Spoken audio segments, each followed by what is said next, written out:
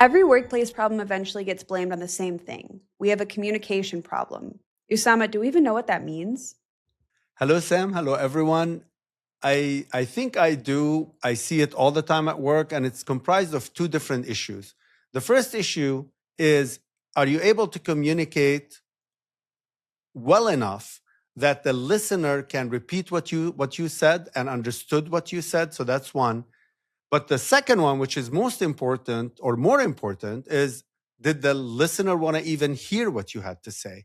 And in this one, it's the altimeter. For instance, if you have a technical person, they want to hear technical stuff. They don't want to hear executive stuff. If you have an executive, they want to hear the executive stuff. If you have a client, they want to hear what concerns the client. So communication is one problem, but the other problem is, does the listener even want to hear what you have to say?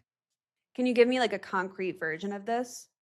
Yeah, so I see this all the time when it comes, for instance, to security incidents. Everybody enters the room, everybody's trying to communicate on different levels. The technical are trying to figure out what the root cause is. The client is trying to figure out, are they safe?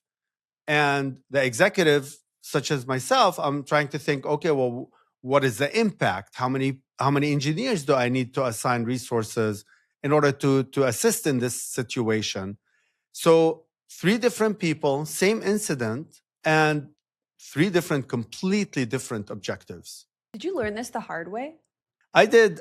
I think when I was younger, I was a terrible communicator because I always thought, hey, what message do I want to have?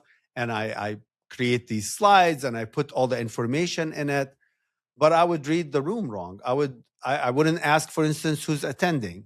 And I didn't think to ask who's attending. And so I missed the altimeter. Are they executives? Are they technical?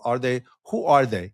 And in many times, I felt kind of really stupid because at the end of the presentation, for instance, I would make a presentation to talk about our technical abilities around Splunk.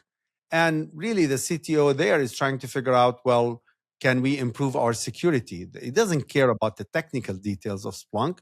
What they were looking for is, can I improve security in one shape or form? So, like, if you give them a too detailed response, they'll have to boil it down. Is this just you doing the work for them? I would be careful around boiling it down because it's different. I'll give you an example. If I'm writing a SOC report and I'm writing it for an executive, the executive want to hear of, okay, well, how many attacks were stopped? How much did we improve our security profile? What are the risks that are coming up, etc. There's nothing technical in here. What this executive is looking for is big ticket items as they relate to the business. Let's say the listener or the reader here is a technical engineer. They want to find out, well, what kind of model or AI model are we using? What kind of machine learning algorithms are we using, et cetera, et cetera.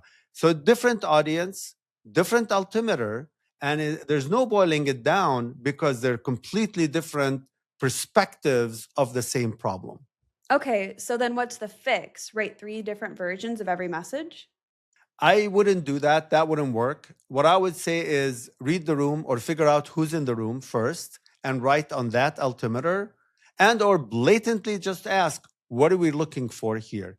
Because you got to figure out your messaging before you start kind of saying things and before demoing things. You need to find out what the audience is looking for, because remember, whatever you have to say, if they're not interested in hearing it, it's not going to work. Right. Well, thank you so much, Usama, and thanks to those watching. We'll see you next time on Bits.